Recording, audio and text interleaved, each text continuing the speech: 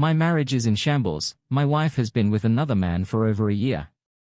Welcome to the Butterfly Tumblr Radio channel. If you enjoy this story, don't forget to subscribe and give it a thumbs up. Morning light pierced through the curtains, waking Alex with a pounding headache. His marriage was in shambles. His wife had been with another man for over a year. He stumbled to the bathroom for a cold shower. His thinning hair and expanding waistline reminded him of the men he once mocked.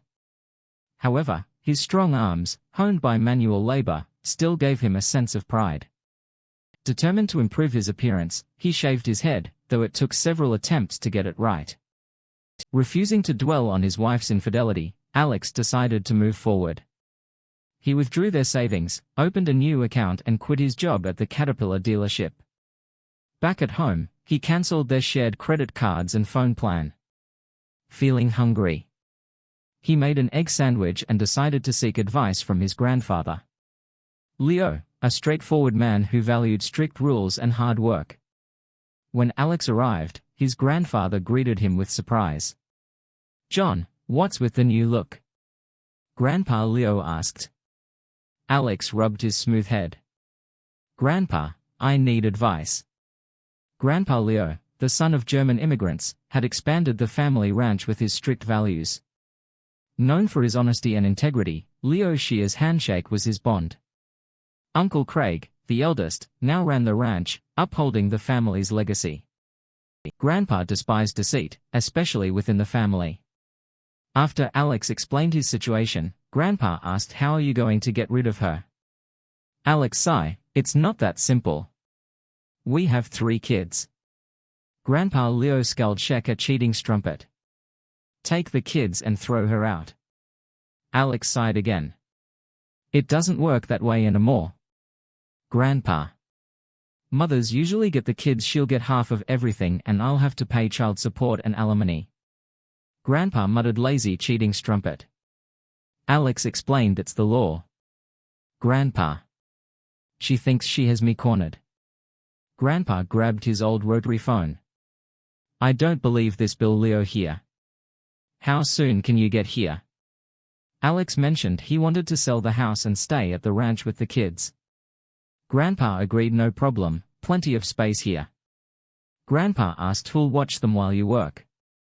Alex replied, "I won't work. Let her get support from an unemployed man." Grandpa inquired, "How will you manage?" Alex suggested, "Maybe Uncle Craig will let me work on the ranch under the table." Grandpa nodded, "He can pay you to ensure the kids are provided for. Weck. Figure out a way around her getting your money." A truck pulled into the driveway and Bill Thompson, one of Grandpa's oldest friends, entered without knocking. "What's going on?"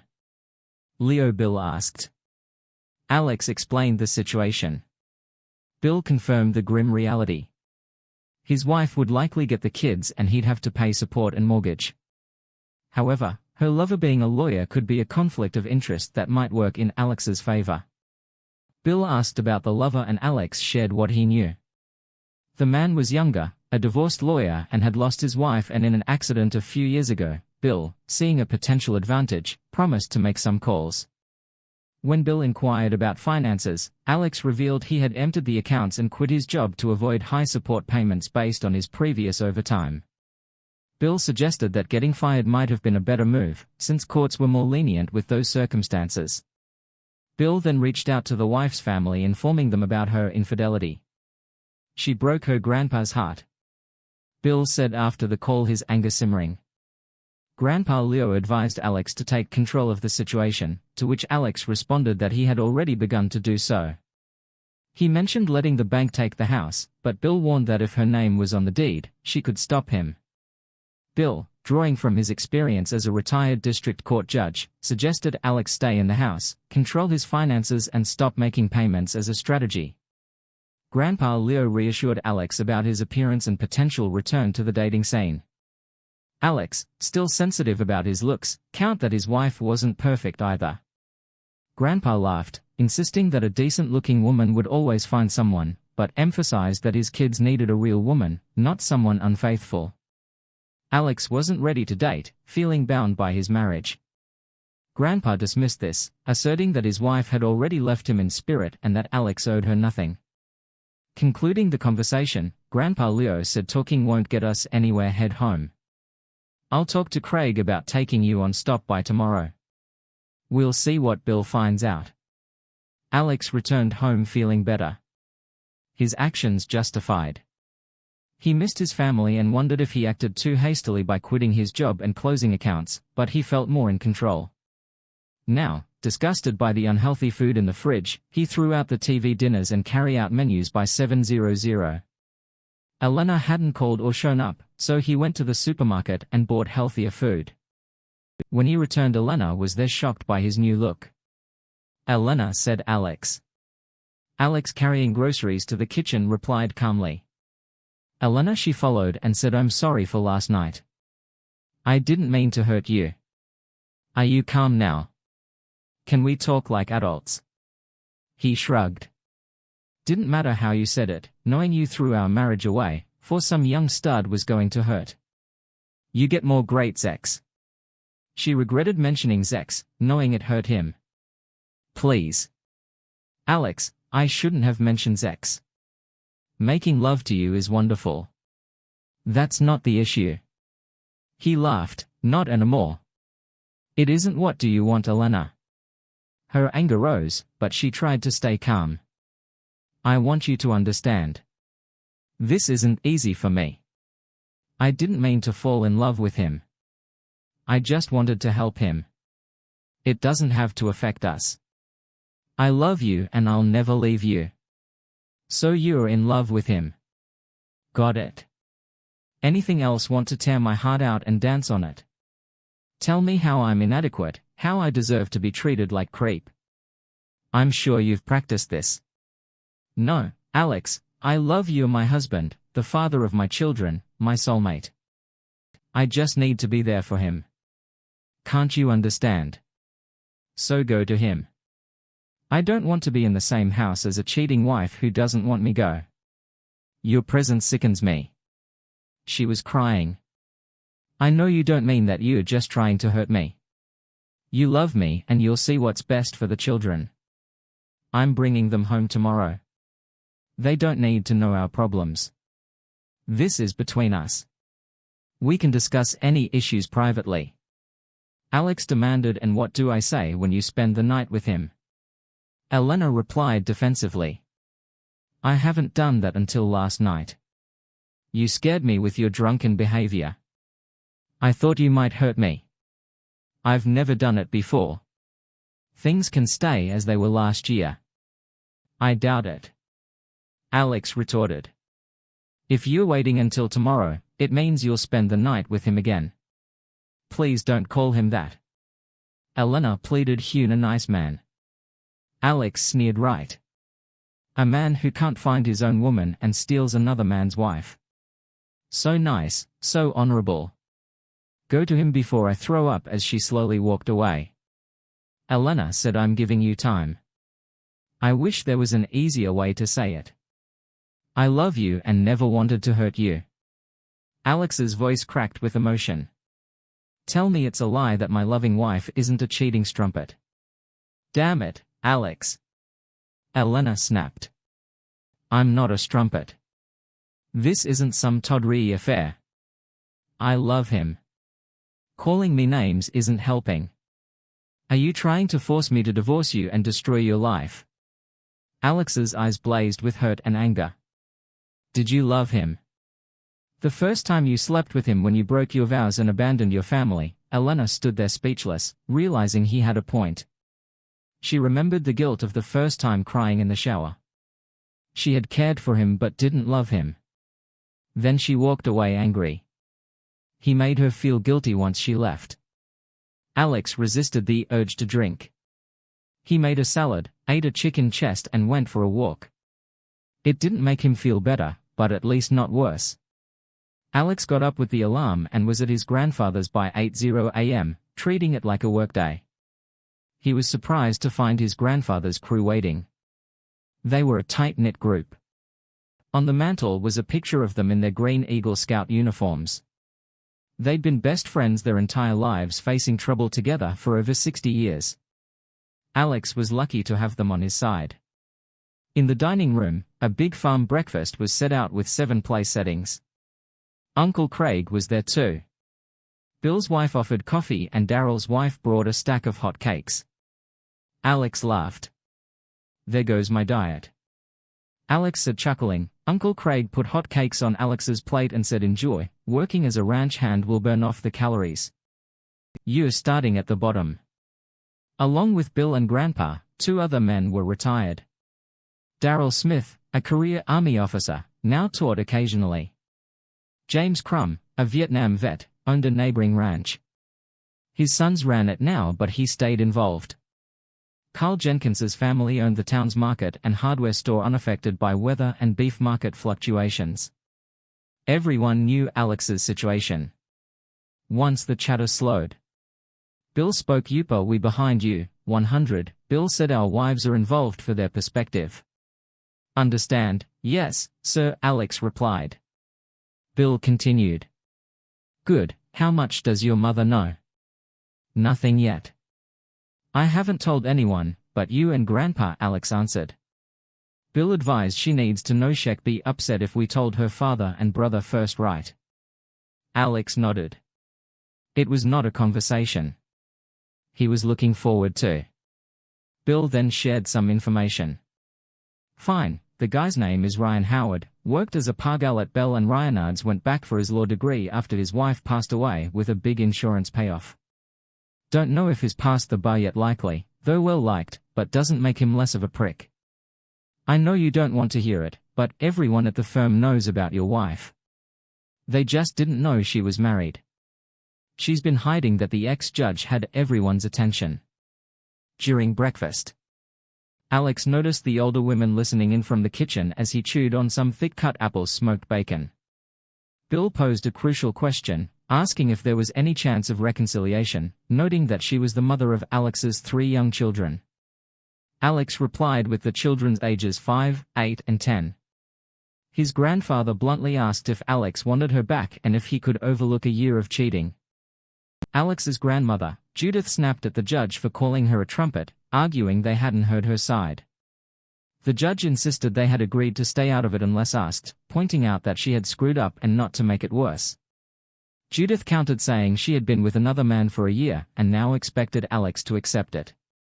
Alex interjected, explaining that she had come over the previous night, returned to her lover, offered no real apology and had no intention of stopping the affair. She was still threatening him. The colonel asked if it would be too late if she gave up her lover.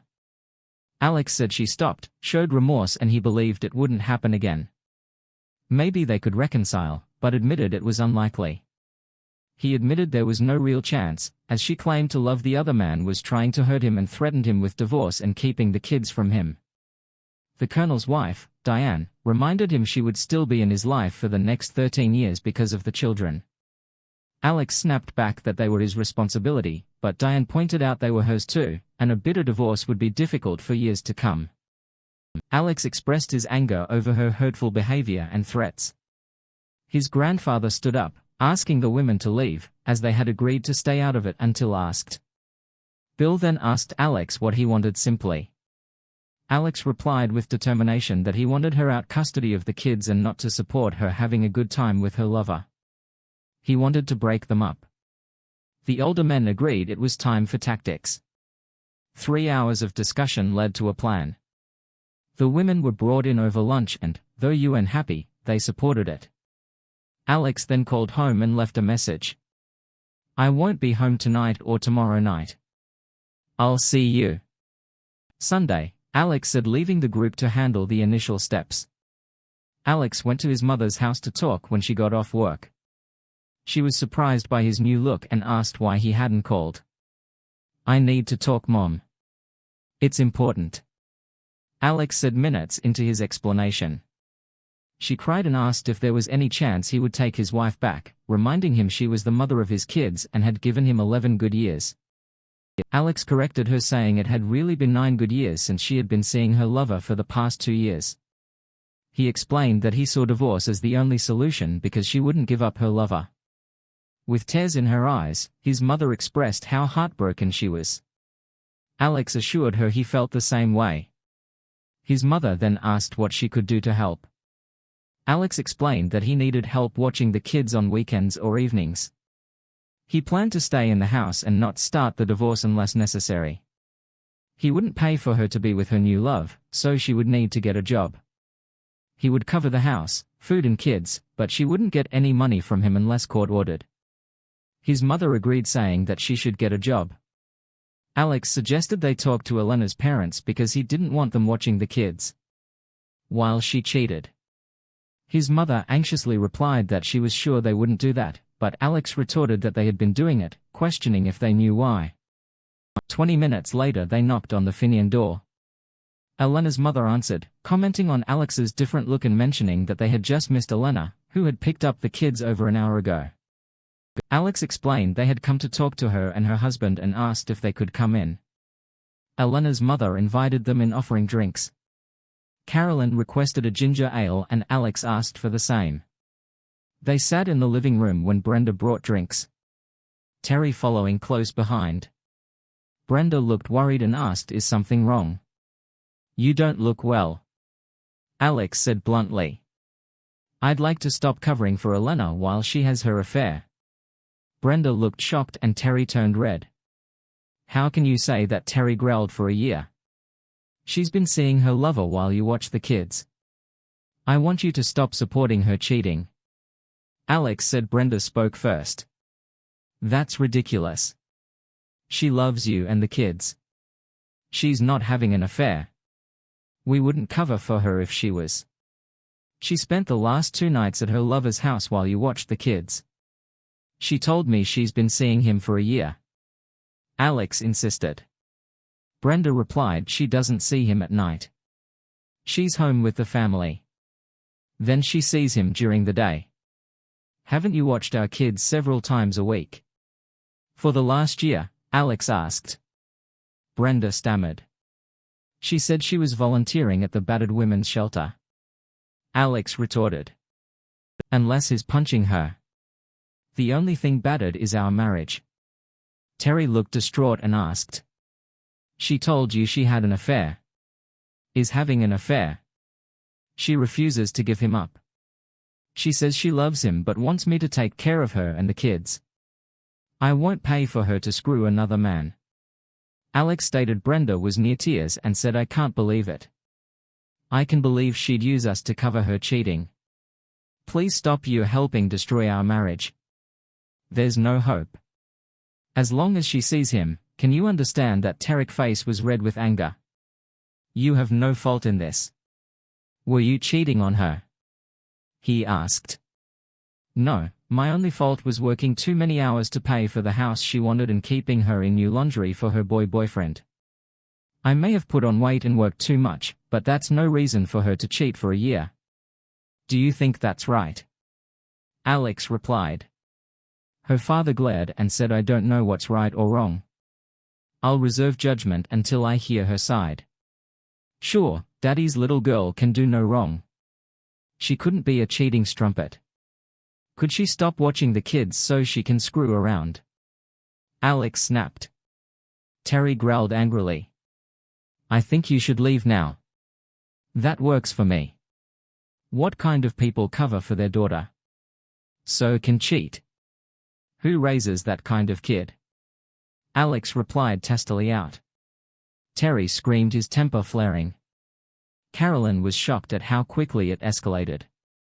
She looked at Brenda sorrowfully as Alex headed for the door. Alex delivered a parting shot. "Congratulations on raising a strumpet. Dad, good job." His mother snapped at him. "How could you speak to them like that?" Alex replied. "I wanted him angry. She'll feel it if she's been hiding it. If they knew, then screw them. They deserve it." Alex headed north to Oklahoma. His mission was to collect losing receipts, get a hotel room for a couple of nights, gamble and maybe find some company. He felt no guilt about being with another woman. His wife's confession about her year-long affair ended their marriage. Now it was just a matter of time until the divorce. He turned off his phone before crossing the state border, knowing chaos would ensue. She made her bed, let her sleep in it. After trying his luck at the tables, he hit the bar and soon met a gorgeous woman offering to soothe his pain for $400. He felt a pang of guilt but reminded himself his wife had done worse for a year. The experience was the best he had in years and worth every penny, money his wife would never get. The next day he wandered the casino playing craps and poker, losing a couple of $100. He collected receipts in the keno and sports betting rooms. That night he found another woman closer to his age and more easygoing. She cost $300 and was worth it. He even tipped her an extra $50 and saved her business card. Despite feeling sad, he felt lonely and thought about his wrecked marriage. How could his wife do this to him and their kids? What kind of man would steal another's wife? A lawyer, of course. The next day Alex took some time to clean up, shaving his head and trimming his beard. The transformation in the mirror was startling. He barely recognized himself. Around noon, he pulled into his driveway to find his wife's car already there. His children rushed out to greet him, their laughter and questions about his hair filling the air. "Hey, Daddy had some business out of town. I'm back now," he reassured them, while his wife Elena watched from a distance with a stern expression. Elena approached and quietly said, "We need to talk soon." Alex replied, focusing on his children. "I'd like to spend time with the kids." First he sat down with them, asking about their time at their grandparents' place. Cindy excitedly shared, "Grandma picks me and Joey up." After summer school, Elena's patience waned and she interjected, "Alex, we need to talk now." Alex's temper flared. "I'd like a faithful wife," he snapped. "Looks like neither of us will get our wish." Elena recoiled as if struck.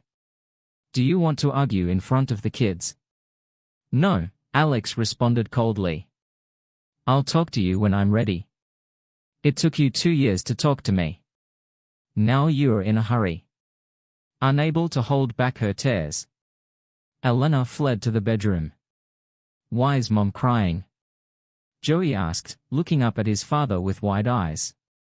"She's been very naughty," Alex said, his voice hard. "Did she break something?" Nancy inquired, sensing the tension. "Yes," he replied with a heavy heart. "She broke her wedding vows, my heart and our marriage." After spending a few more minutes with the kids, Alex steeled himself for the inevitable confrontation with Elena. He entered the bedroom and closed the door behind him. Elena immediately launched into accusations, furious that Alex had involved her parents in their marital issues. "How could you? I told you we didn't need to involve my parents." Alex, maintaining his composure, reminded her of his repeated objections to her infidelity. "I told you I didn't want you screwing around. Where were you the last 2 nights, the last 2 years? What are you up to?" Elena shot back that it was none of his business anymore, as he had forfeited that right by his own actions. "None of your business anymore? You lost that right when you chose him over me." Alex, puzzled, asked why his phone wasn't working. "Why doesn't my phone work?" Elena coldly revealed that she had cancelled his service, health insurance and credit card. "I cancel your service, your health insurance and your credit card." Alex asked why she would be so petty. Elena retorted that she wasn't going to pay for him to cheat on her. "I'm not paying for you to cheat. You want to be a strumpet? Do it on your own dime." Alex, hurt and frustrated, insisted he wasn't cheating but had fallen in love with another man. "I'm not a strumpet. I fell in love with another man. Are you so selfish? You can't see the difference?" Elena countered that he was selfish for wanting her to remain faithful despite her new relationship. She warned him not to involve the children. "Don't bring the kids into this." Alex pointed out that she had already done so by sending them away to be with her new partner. "You did that sending them away so you could be with him." Elena defended her actions by claiming she was taking care of her lover who needed her. "We didn't spend our time in bed. I took care of him. He needed me." Alex sarcastically questioned what kind of care she provided, while neglecting her own family. How exactly did you take care of him, Elena? Cooking, cleaning, talking while you ignored me and abandoned our kids. Elena, exasperated, told him to let her new partner pay for his expenses. Fine, let your other husband pay for your phone insurance and spending money. Alex revealed he had quit his job to focus more on his family, which shocked Elena. I quit my job. It interfered with my family too much. Elena accused him of making a drastic decision without consulting her. You quit your job without discussing it with me. Alex retorted that she had an affair without discussing it with him. You screwed another man without discussing it with me. The argument escalated as Alex accused Elena's lover of being a dilettante living off money from his deceased wife. Elena defended her lover, insisting it was an accident and that he was now a lawyer. It's not like that. He didn't eliminate her. It was an accident. It wasn't his fault, and his lawyer now he finished law school and passed the bar exam. He's not a dilettante. Alex continued to criticize her relationship, expressing disgust at the idea that she could be intimate with both him and her lover. Do you ever have sex with me on the days you see him? Elena pleaded for understanding, asserting that her feelings for her lover didn't diminish her love for Alex. She promised she was careful not to flaunt the affair and asked him to let her have this part of her life. I love you, can't you? Let me have this. I'll make sure you never regret it.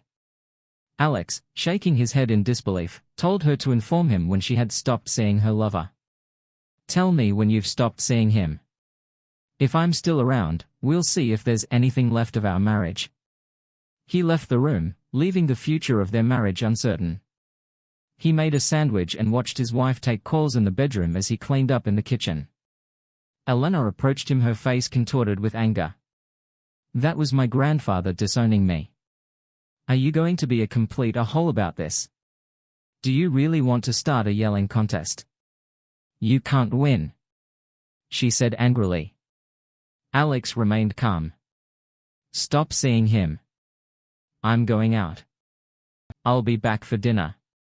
It would be nice if you cooked for once. You just got here. We still have to talk. She insisted, her tone desperate. After dinner, Alex said, turning and leaving the house.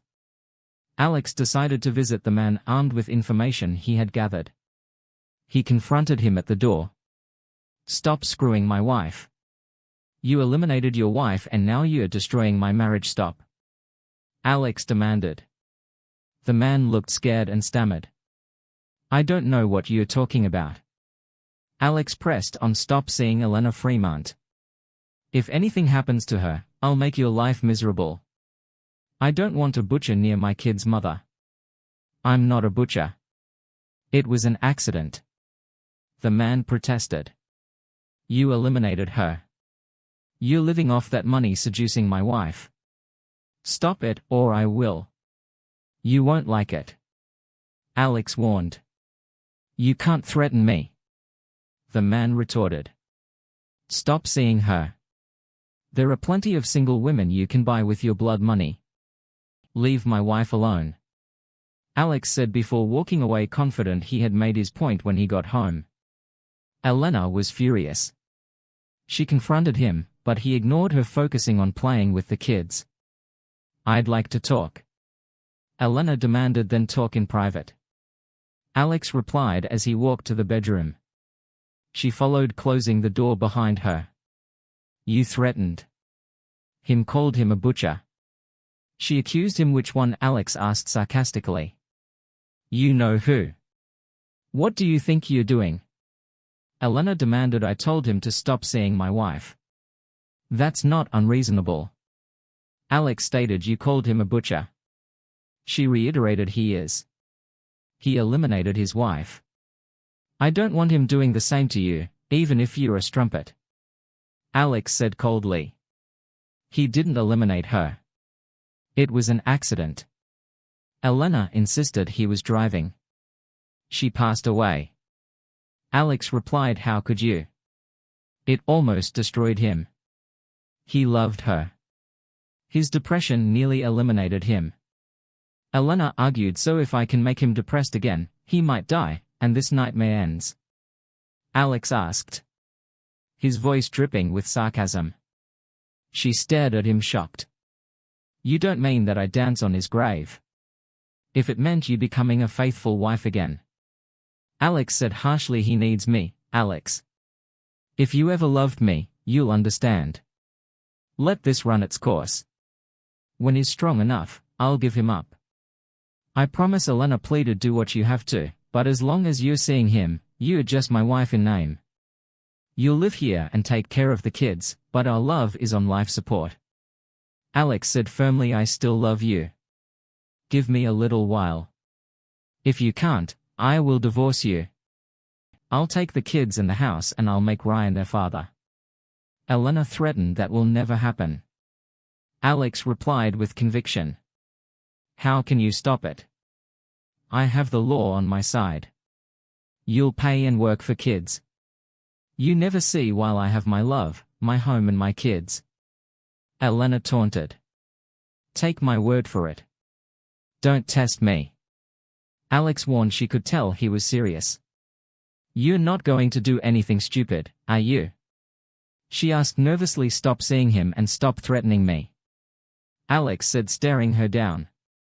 She blinked, first running into the bathroom, crying carrot and stick. That was the plan for Elena. With advice from the Eagles' wives, Alex figured the experienced women knew how the female mind worked, something he was clueless about. After shaking up Elena's day, Alex decided to handle the kids and give her some quiet time. He got them into bed, compromising with Cindy to stay up until 9:15 with the house quiet. He could hear Elena on the phone. It might have been her lover or a friend, but he didn't care. Alex opened a bottle of wine and selected 2 crystal goblets. He knocked on the bedroom door and waited. She eventually opened it, looking sad. You don't have to knock. It's your bedroom, she said softly. He put the tray on the bedside table. I didn't want to interrupt your call. Alex explained, it was just my sister. Jenny, everyone's talking. You've started a mess, Elena said with a sigh. He handed her a glass. It's been a rough week, hasn't it? He wanted her to talk, so he'd listen. She nodded, admitting the difficulty and expressing her frustration. Horrible, I never wanted this. Alex. Why do you have to make things so difficult? Alex patted the bed beside him. Come sit by me, let's talk calmly. I still love you, baby. She climbed on the bed and sat cross-legged facing him. Talk, no yelling, no accusations. Alex rubbed her knee gently. Yes, talk. What went wrong? Elena. How did I fail you that you needed someone else? She softened and replied, it's complicated, honey, I love you. I never stopped loving you. Please tell me you believe that. Of course I do. He said, though it was hard to lie. Would we be here if I didn't? Elena continued, explaining how she met the man at a party feeling significant for the first time in a long while. She admitted she felt like just a mom and housewife, caught in repetitive days of childcare and housework, while Alex was always busy. Alex acknowledged this and apologized, recognizing he should have communicated more. Alex, it hurts to say this. I know you worked hard for us, but I felt unloved. I was just a nanny and housekeeper. Elena confessed. Alex remembered the older women's advice. Don't argue. Let her find her own conclusions. I'm sorry, baby. 10-hour days, 6 days a week, were exhausting. I appreciated everything you did, even if I didn't say it, he said sincerely. She shook her head, eyes glistening. It wasn't your fault. I could have talked to you, but you seemed distant. You were drinking more, always on the couch with a beer. You had time for the TV, but not for me. She said, her voice breaking. Alex let her vent. I was under a lot of stress and didn't want you to feel it. We were letting people go and my workload increased. I should have talked to you instead of holding it in. Elena explained how she felt useful helping the other man. Initially with no romantic feelings, Alex listened, trying to stay calm. Despite his inner turmoil. It happened so fast. I wasn't ready at first. It was just phone calls, lunch meetings or coffee. We talked like you and I didn't anymore. He was easy to talk to. He wanted dinner but I couldn't. I was a married woman, so I offered to cook him a meal. It felt weird at first in his kitchen, but it was also exciting. I still had no romantic feelings. He was just a friend.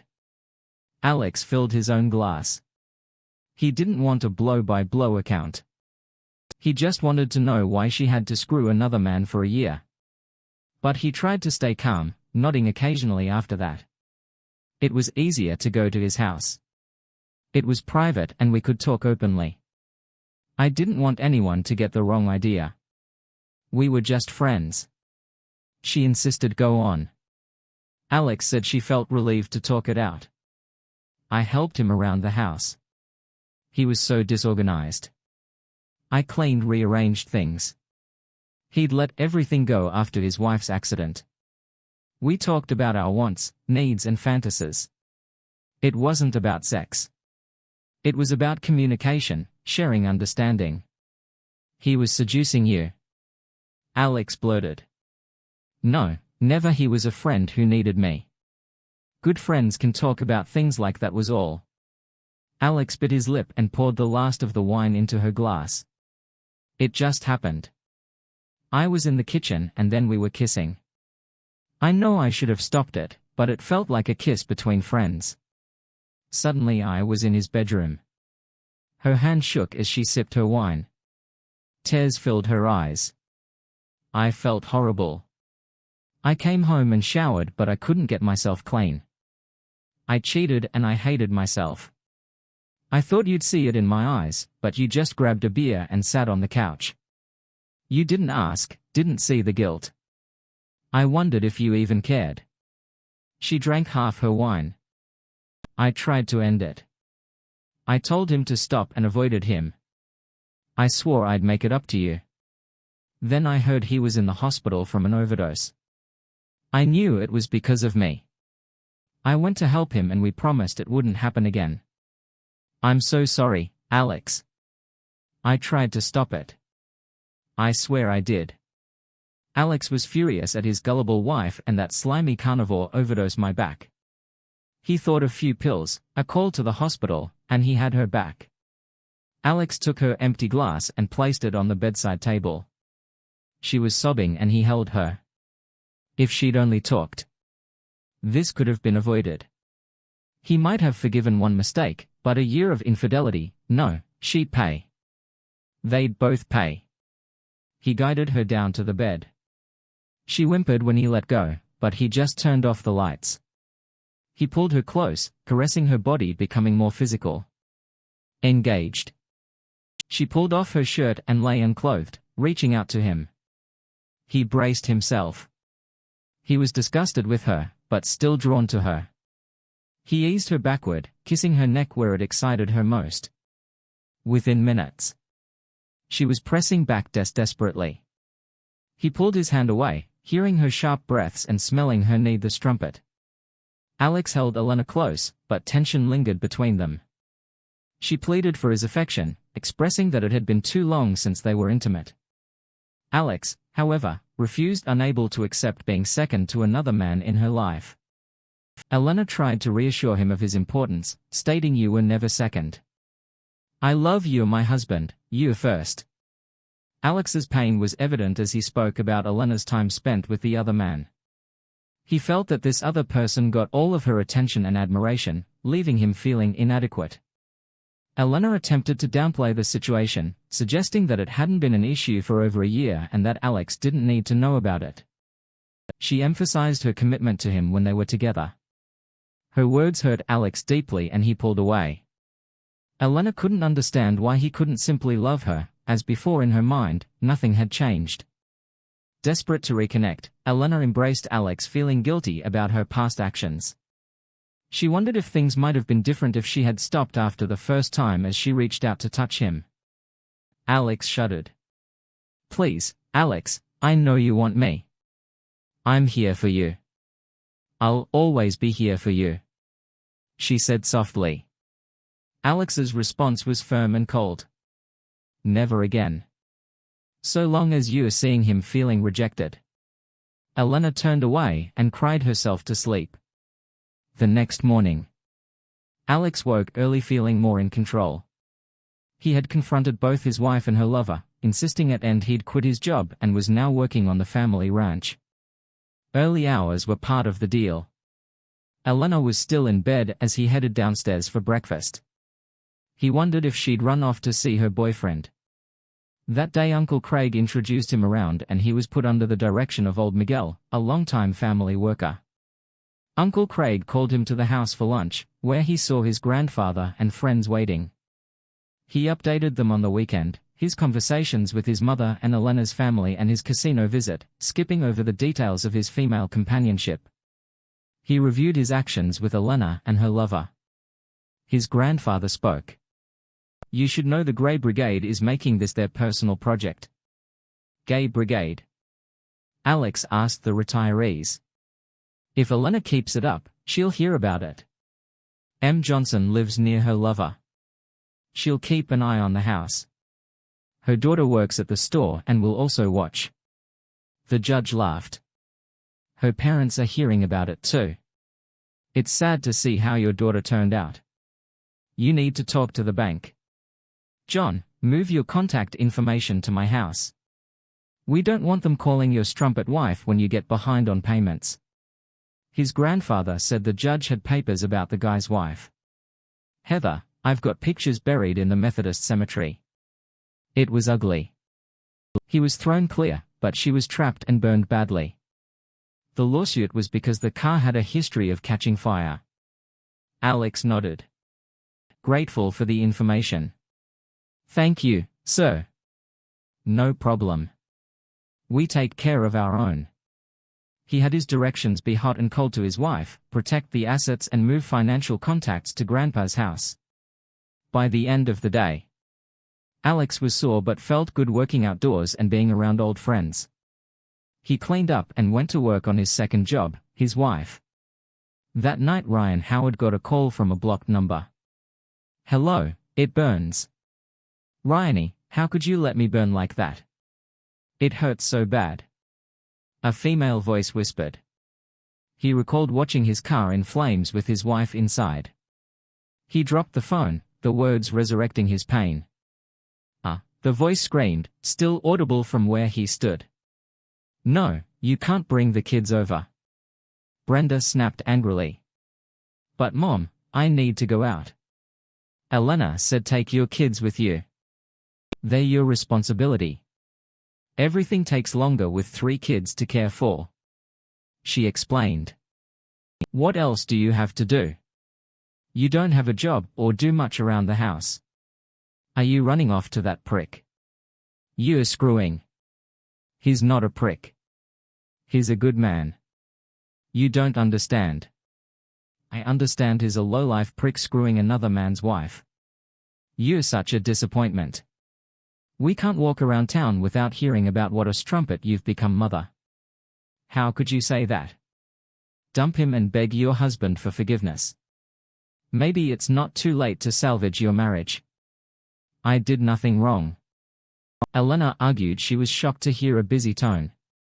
Leo Schroeder addressed the group at the senior center. They had divided responsibilities and the phone lines would be burning up all night. The first pass had updated the Grey Brigade. The second pass would start applying pressure to the next generation. The town would soon know cheating wasn't the issue. It happened, but blatant disrespect and expecting a spouse to accept an ongoing affair was too much. Cheaters make up or break up, not this me generation. Responsibilities were divvied up, tasks assigned and options discussed. When the room emptied, the colonel sat with 5 associates. "This is the ugly part. We know the risks John Crumb took. The lead." Copies of keys to Ryan's house were passed out, obtained from Elena's keychain via Jenkins Hardware. They needed more information. The GRY network would keep tabs, and when the opportunity was right, they'd collect intel. A couple felt uneasy, but not enough to stop. Elena parked in Ryan's garage, quickly closing the door. She felt embarrassed about disguising herself. This was ridiculous. She had every right to see Ryan. She eagerly accepted his embrace. They didn't talk about anything but missing each other as they retired to his bedroom. Half an hour later, he sat up staring down at her. Elena was stunned. He uses her for ZX and then blames her after confronting her husband alone. Now it's her fault. How did you mess things up? Nobody at the firm will talk to me. Ryan snapped. You wanted overnight stays. It was your idea to tell him, force him to accept us, threaten him with divorce. How did it become everyone's business? He added angrily. Elena replied, I don't know gossip. He told his family and mine. They're barely speaking to me. Word must have spread. Ryan was livid. You were supposed to keep it private. How did they know where I live? I talked to him as we discussed. You should have known how he'd react. I'm not a mind reader. Elena retorted, barely believing his words. She started dressing. Ryan reached out for her. Where are you going? We're not through. It's been a week. Don't talk about Alex like that. He did nothing wrong. He's a good man. We the ones changing the rules. Elena said firmly. Ryan snapped, good man starting rumors, disrespecting you. Where's the good in that? Elena buttoned her blouse and fixed her hair with her fingers, planning to clean up at home. Her mother-in-law had accepted her excuse about job applications. I have to go. I'm going to be late, she said. Ryan pulled her into his arms. What about us? I miss you. Tell him you'd be spending the night here. We need to reconnect. You everything to me. I need you. She held his face, kissing him softly. We'll work something out, no overnights. Ryan asked, what about the kids? Voice them off on your parents again. Elena sighed. They won't watch them again. They've made that clear. She tried to pull away, but he clung to her. Come over after they sleep. I need you beside me, don't you want that? Ryan pleaded. She nodded, but deep down she hated being away from her children at night. She didn't sleep well at Ryan's place and felt like a teenager sneaking around. Let me think about it. Okay, I need to settle things at home first. Ryan asked crudely, how about a quick head before you go? His callous words stung. Was that all she was to him? I have to go, Rich. I can't afford to alienate my last babysitter. He pushed her to her knees. You promised you'd never deny me, Elena. It'll only take a few minutes. She held back tears as she mechanically gave him a head. Meanwhile, Leo took a call from M. 2 hours, with him sneaking around like a thief. He said, calling his daughter. What were you thinking? Carolyn watching the kids while she got laid. Carolyn defended herself. She said she was looking for a job. Leo was furious, and you believed her. After all she's done. Carolyn was furious. When Elena arrived 20 minutes late, she helped get the kids in the car, then grabbed Elena's arm. Never again. You lying strumpet, using me to cover for you. Elena trembled. I didn't, Carolyn snapped. Save the lies. You're of Zeke's clean up before picking up my grandkids. Elena retorted. If you don't want to see the kids, fine, you'd be lucky to see them. Carolyn slapped her. He's right. You're a strumpet. Alex sat with his grandfather after a long day. I don't want to know. Grandpa Leo said she had your mother watching. The kids said she was getting job applications. Alex's anger flared. Nobody watches my kids unless I say so. Grandpa Leo warned, don't blame your mother. She has a right to see her grandkids. I don't blame her. It's the lying strumpet under my roof. I'll talk to Mom myself. Alex said, "Mom, what's a Jezebel?" Cindy asked her what Elena was surprised. Dana's grandma said you were a Jezebel. Elena's blood pressure rose. No more play dates with Dana. Ryan didn't notice the stairs as he entered his old employer's office. After waiting 20 minutes, he called JN. "I'm in the lobby for our lunch." Ryan said. Jean replied, "I don't think I'll make it today." "Something come up?" he asked. "It's just not a good idea. Right now things are hectic." Jean said. Ryan called Eric. "We've had this lunch date for 2 years. What's going on? Your girlfriend, you said you were serious getting engaged. You never said she was married with 3 kids. You used us. My wife would eliminate me if I went to lunch with you." "No, we won't be having lunch anytime soon." Ryan felt eyes on him as he exited the building. "Did you hear she's married?" He heard can't have his cake and eat it too. 3 kids, $2 million for liquidating his wife echoed in his ears. Late summer was tough on the ranch. Dawn to dusk, checking fences, working on irrigation, moving herds, almost time for the second hay cutting. Uncle Craig still followed Grandpa Leo's ways. Ranching was more mechanized now, but they still used horses for much of the work, especially moving herds and pasture checks. Alex had forgotten how so you could get from riding a horse for 10 hours a day, hauling 40-pound packs, digging trenches and replacing fence posts. He looked forward to haying, which mainly involved driving. Ranch hands had to be jack of all trades. If it's broke, fix it was the motto. His mechanical skills were highly valued and he could fix any ranch vehicle. Despite being rusty with hewing, his willingness to do any job earned admiration from his fellow hands. He went home tired, sore and hungry, but satisfied. Only when he faced his wife's anger and disrespect did he get down. He reminded himself of his plans and purpose each evening, knowing it wouldn't last forever. Ryan found a disturbing photo slipped under his door showing a charred body with an accusatory message about his late wife. The image triggered intense emotions, leaving him sobbing and insisting on his innocence. Elena returned home distressed after an uncomfortable grocery trip. Her neighbor Margie confronted her about her affair, making crude remarks and insinuations. Elena tried to deflect the comments, but eventually snapped, defending her lover before treating inside at home. Alex comforted a crying Elena. She expressed her frustration with people's treatment of her, to which Alex responded with a mix of sympathy and harsh truth. "Everyone is horrible to me. They think I'm a strumpet." Elena sobbed. "You are a strumpet," Alex said, but then softened his tone. "Sure, things will get better. Do what's right and ignore them." Elena pleaded for Alex's love and affection, but he remained hesitant. He expressed concerns about her relationship with her lover and potential health risks. "I can't be with you until I know you're clean," he insisted. Elena tried to reassure him, claiming she hadn't been with her lover recently and had been checked for diseases. However, Alex remained skeptical. Aware of her lies. "It's not fair to risk our children's parents. He's screwing other women, who knows what diseases they have," Alex said despite Elena's continued pleas for intimacy. Alex stood firm in his decision, hugging her but refusing to go further.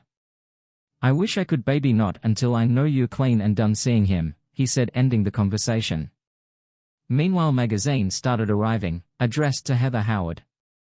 A picture of her defaced gravestone appeared on Ryan's door with cheating strumpet. He spent hours scrubbing it clean and the police threatened him with vandalism. One officer recognized him. "Oh, you're the wife stealer." "Yeah, we know you," the officer sneered. 3 days later, Ryan was scrubbing the gravestone again. "Yes, I got your messages." "No, I can't make a payment. I've lost my job," Ryan said into the phone. Max grinned.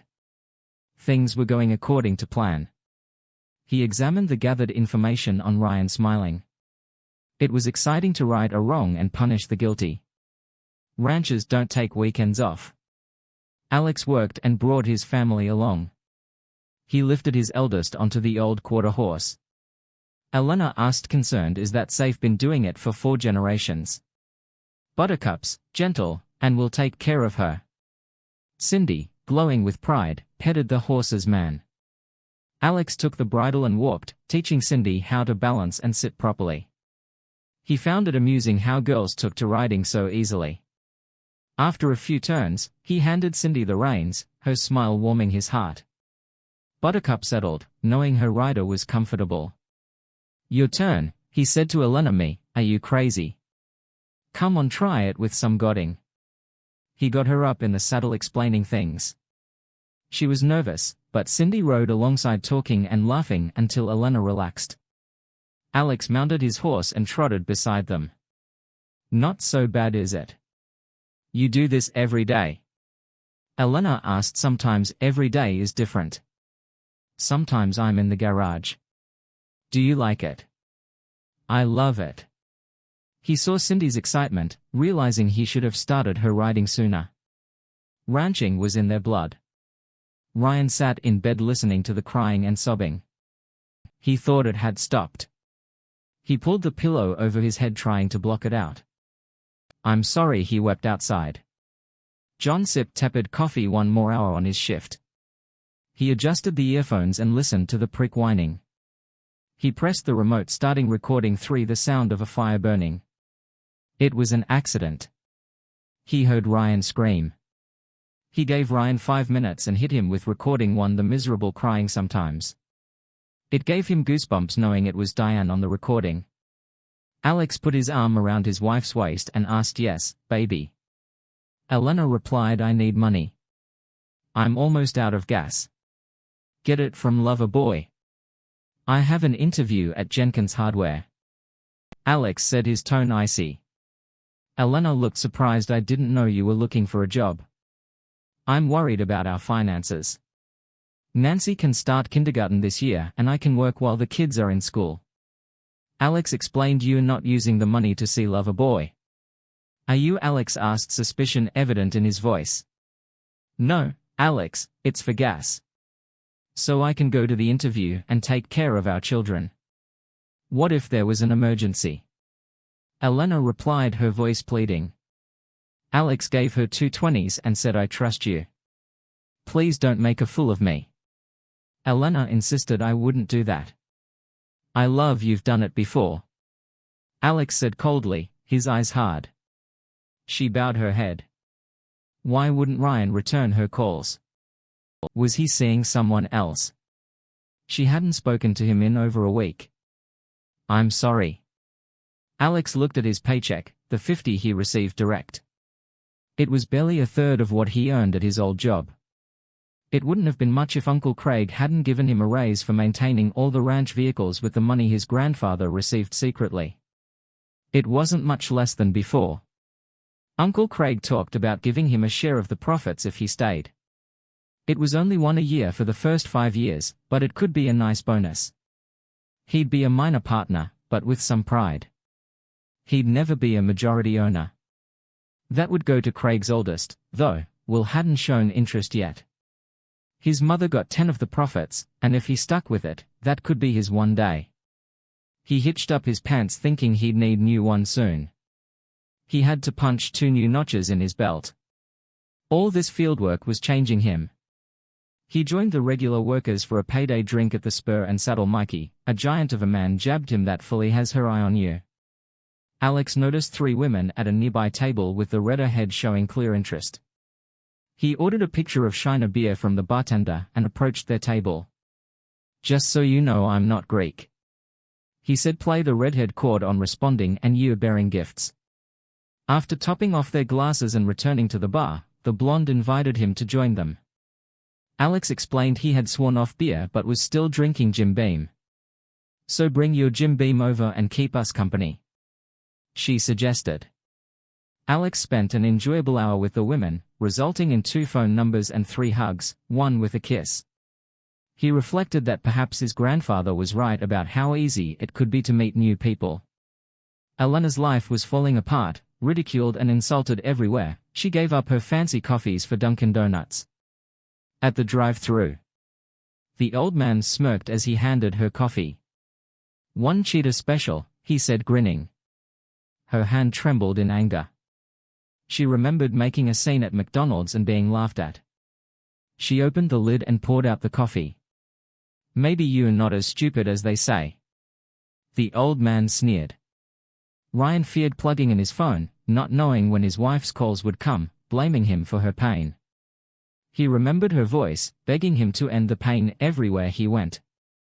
He felt judged. It wasn't his fault, it was an accident. The little notes were the worst reminders of their past. "Remember that bar? Do you still have that dress? From our anniversary Cancun.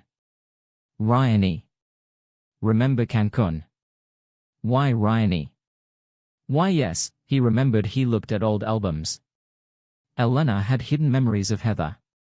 How beautiful she was, how much he loved her. Now she was dead, his fault. He drank, feeling the burn, mumbling apologies through tears. Leo, the judge, the colonel and John reviewed their notes. The colonel's map showed each encounter over the last month. "Think he's going to run soon, hardly ever out in public anymore." John Crumb asked. "He'll break before she does." "She's stubborn," Leo said with a hint of admiration. "Maybe we should dial it back. Give them time to realize how bad it is." The judge asked. "Hell no," Leo snapped. "She wants to be stubborn. We'll crank it up." The judge shook his head. "Judith's not going to be happy about this." The others laughed. 52 years and you're still kitty whipped," JN teased. "Least I'm still getting some." He replied, "How's Rosie doing? All right enough." The colonel said, "Let'n crank it up per prick." Elena was in shock. An old woman had spit on her outside the coffee shop where she used to meet Ryan. She hadn't heard from him in almost 2 weeks and went to his house, but the door was chained. "Ryan," she'd called out. "Rich." "Honey, it's me." No reply. The place smelled sour. Maybe he was gone with that woman from the picture. She went to their coffee shop, remembering their chats. A woman hissed walking by and spitting on her. Elena wiped her face with a napkin, tears trailing down. How had her life fallen apart so quickly? She had a loving family, a good man, a young love, great sex. Now she had only memories and everyone's hate. It wasn't fair. What had she done wrong? She couldn't help it. It was love, undeniable. It wasn't her fault. A college-aged kid sat across from her, grinning. "Pretty lady like you shouldn't be crying. How about I buy you a drink?" "No thanks, I'm married," she said. He shrugged. "Never heard that stopped you before. Come on, we'll get a drink or two. Have a little fun, you're sure." Pretty fun, is that all she was? "Now, please, leave me alone." He leaned over. "Change your mind. We'll be at the Spur and Saddle. Ever been with 3 guys? We'll keep you going all night. Leave me alone." She shrieked. "Geez lady, don't have a cow, just figured. A party girl might like to party. No hard feelings, all right." She lowered her face into her hands and didn't fight the tears. Alex watched his grandfather hand the rope to his son, teaching him how to hold the loop, keep the ropes parallel and coil it properly. The target was a pole sticking out of a hay bale. On his 3rd try, Joey swung the rope, cast it forward and landed the loop over the pole. Both Alex and Elena clapped, as did Cindy. Little Nancy was busy playing with Grandpa, Old Dog Blue, a 12-year-old blue heeler. Grandpa squeezed Joey's shoulder sloppy. "But it's a start." Alex remembered that touch and how good it made him feel. He put his arm around Elena as she leaned against him. "He's good with kids." "I never would have expected that," she said softly. "He always was. Some of my best days were here with him and Dad." Alex replied, "It was nice working with the kids and being outdoors together." Elena set her arm around his waist. "Is it too late for us to have more of that as AF family?" "I don't know, Elena. I honestly don't know." Ryan stood in the reception area pleading with the secretary. Please, I need to see her just 5 minutes. I'm sorry, Mr. Howard. Dr. Schaffer is booked maybe next week. Oh, she's on vacation next week. How about the week after? I've tried. I don't know what I'm going to do. She's busy today. I'll talk to her and we'll call you if she can fit you in tomorrow. Ryan nodded slowly and left defeated. Slink away, you filthy wife steal, Ellen thought, picking up the phone to call in the contact. Elena hung up the phone frustrated. All she got was a busy signal. Where was Rich when she needed him? She had sacrificed so much for him. What she didn't know was that John Crumb had blocked her numbers on Ryan's phone and Alex had done the same on their home phone, blocking Ryan's calls. Alex struggled to guide a stubborn, injured cow back to the gate.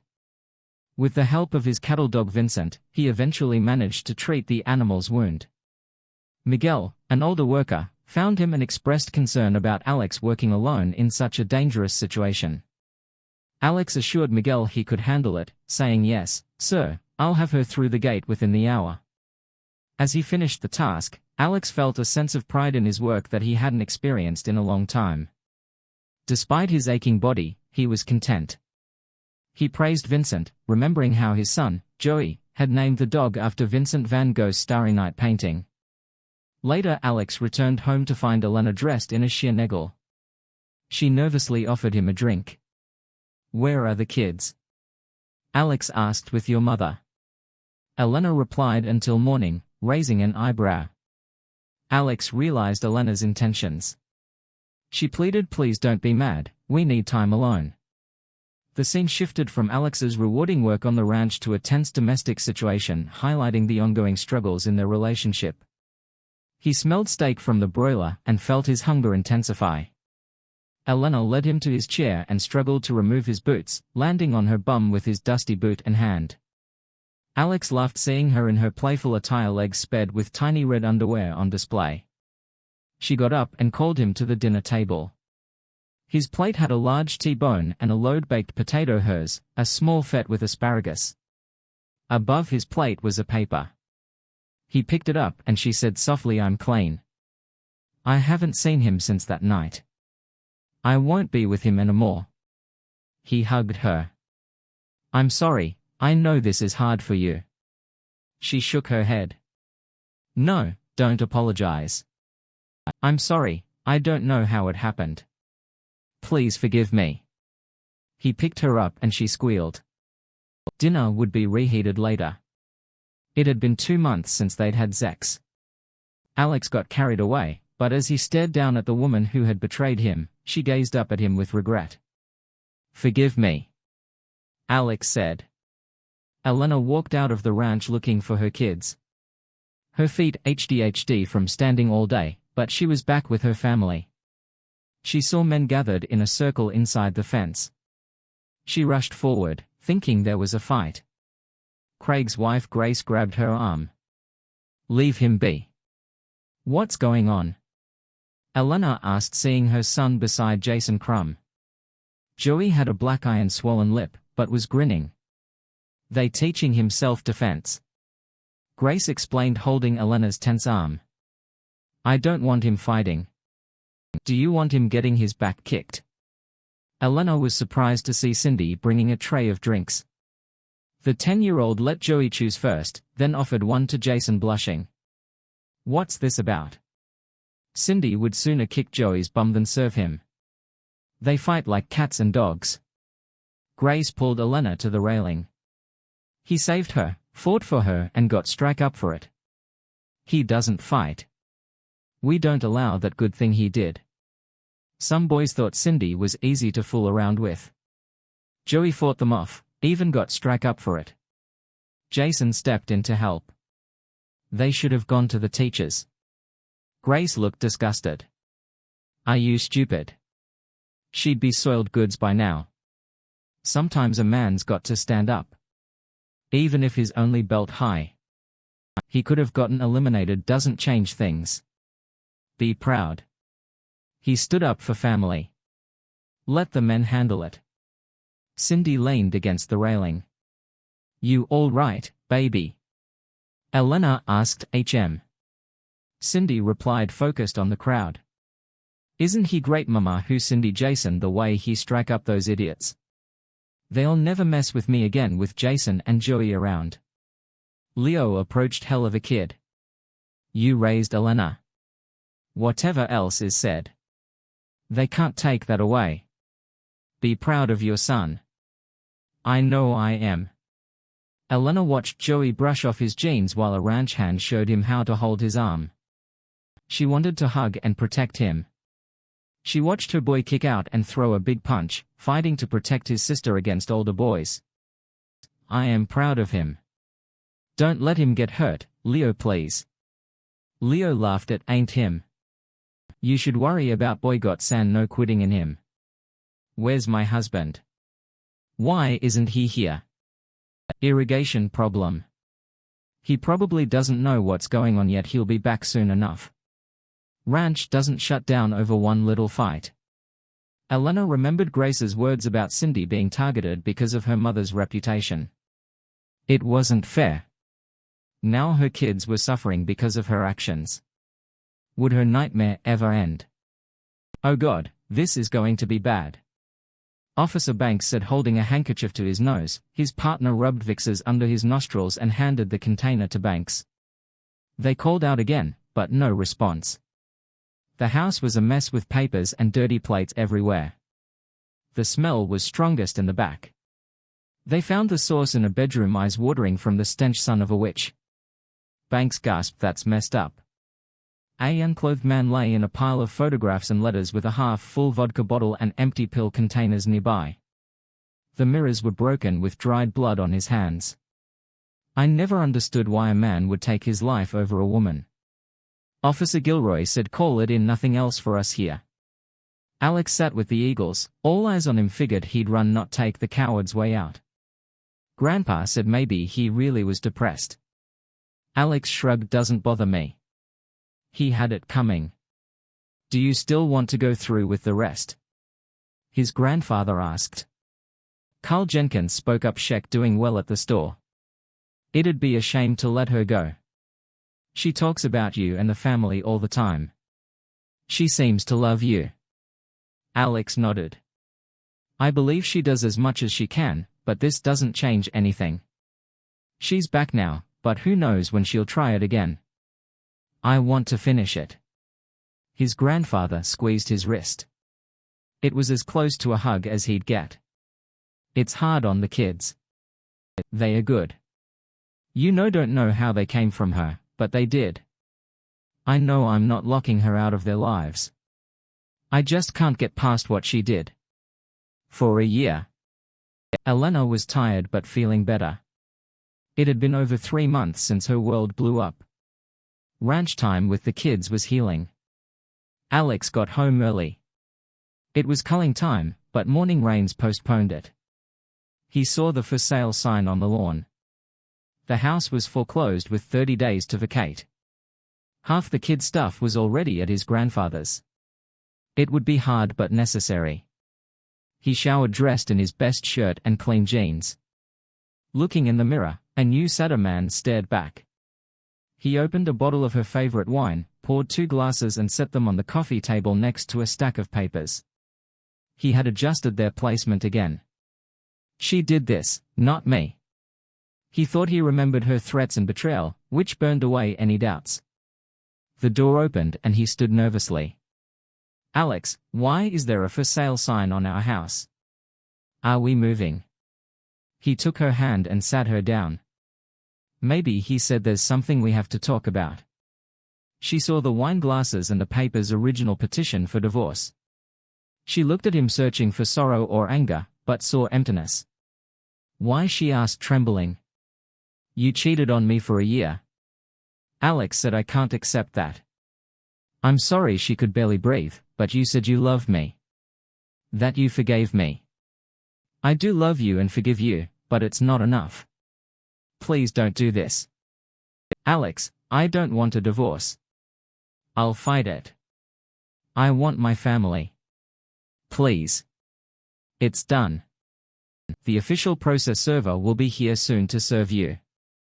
We have 30 days to leave the house. I'll take the kids to Grandpa PA. They love the ranch and he has plenty of space. We'll have joint custody so you can see them whenever you want. No, you won't take my kids. I have rights. How are you going to take care of them? I'll keep them here. I'm not letting you sell my house. It's not ours anymore.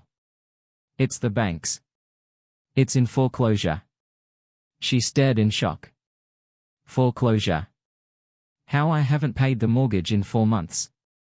I don't make enough money anymore. But how did I not know? Because I didn't want you to. She realized it was always about divorce. He never intended to give her a chance. How could you lead me on for 4 months lying to me? How could you? I just had to remember the 2 years you lied to me going to another man's bed, making a mockery of our marriage. It was easy. Her anger grew. I'm still their mother. The courts will give them to me. I'll make your life hell, Alex. You'll never see them. Where will you live? How will you take care of them? He asked softly. I guess I'll go back to Ryan. He loves me. She knew that wasn't likely. He'd cut off all communication. But maybe once she explained you don't know. Alex asked know what Rich is dead. Self-destruction, sleeping pill overdose. Elena fought hard not to believe it, but deep down she knew it was true. Without her he would have slipped back into depression. It wasn't her fault. She had tried to see him, but he cut her off. She went to see him, but he never responded. Oh God, was he dead? Even then, how long? Why just her leaving? Did he get the help? She did. No, he couldn't have survived, not without her by his side. Maybe it was a lie. Alex was trying to hurt her like she'd hurt him. It had to be a lie. He couldn't be dead, not Rich. Alex held her waiting for her to stop shaking Elena. He kept repeating softly, Elena. Eventually her breathing calmed and she leaned into him, crying softly at first. Then harder he pulled her close, holding her. He is dead, isn't he? She finally said 5 days now. I'm sorry, I thought you knew. What am I going to do now? She asked pitifully. I imagine your parents will take you in for now you have your job. You are still a beautiful woman. You'll find somebody, someone who can accept what I couldn't. You can see the kids all you want. I want them with me. She said I know your parents don't have the space. How are you going to afford a big enough house for the 4 of you? Grandpa has plenty of space. Miguel's niece will watch the kids when I'm not around. Grandpa's agreed to let you have free access to the house and the kids. You could help me. Child support and alimony will make it possible. I earn less than 20 grand a year now. I could maybe pay 500. It won't be enough. At Grandpa's they have a huge house and a 10-acre backyard. Grandpa loves them. What can you offer them? They are my children. She sobbed yes, and they still will be. Why can't we go back to the way things were? Alex, we love each other. Things have been good the last couple of months. I made a mistake. Don't punish me forever. I never meant for it to happen. I'm sorry, I could never trust you again. I'd always be wondering when you'd fall into someone else's bed. Come home stinking of another man's seed filling you. I can't do it. I don't want to. I'm moving on and it's time for you to do the same. I can't. I'll die without my family. No reason to live. I hope you don't. It would be hard on the children. The children. Don't you care? Of course I do. Unfortunately, that's not enough. Your cheating destroyed me. She shook hearing his condemnation, and now you're going to destroy me. Yes, she said, trying to fight it but not having the heart. She was broken. Her parents sided with her, angry at Alex for denying her the children over a long, painful dinner, he made it clear they could see the kids anytime. Elena could have unlimited access when she pulled herself together.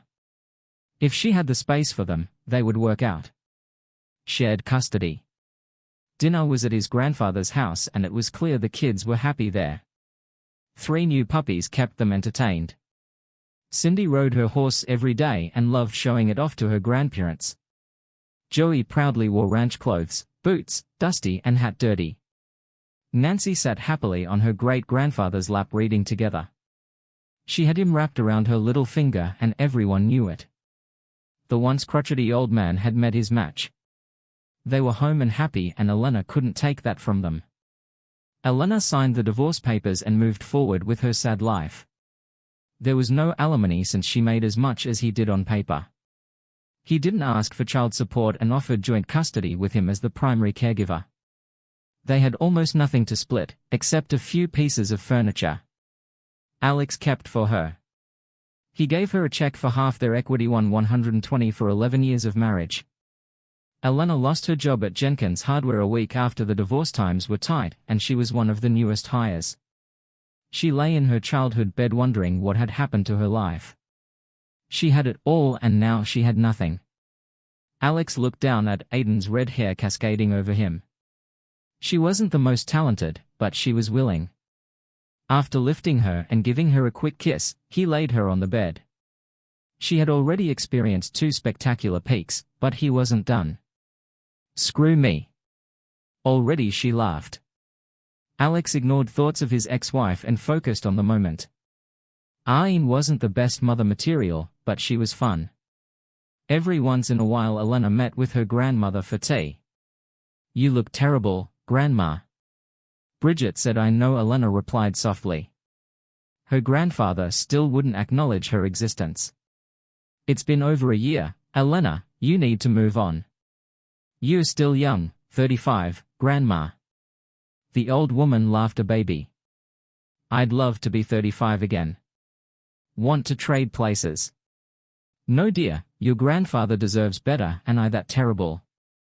"No, honey, you did a terrible thing, but you can get past it." She took a sip of tea. "Did you come for a visit or need something?" "I want him back. Grandma, we were perfect together. I was an idiot. I want my family back." "That's a lot to ask. You hurt him badly. A man has his pride. I know I'll do whatever it takes. Is it possible?" The older woman looked at her granddaughter. Elena was broken but still had potential. Pretty if she wanted to be. She had made him love her once. Maybe she could again. It's going to be difficult getting him to fall back in love with you. Difficult, but not impossible. I'll do anything. Grandma, just tell me what to do. Bridget looked at the picture of her and her friends, the original Fab Five cheerleaders. They had turned heads back then and still knew a lot about men. "Let me make a few calls. We have a lot of work ahead of us, you understand." Thank you for tuning in. If you enjoyed this episode of the story, please give it a like, and don't forget to subscribe to get notifications for updates.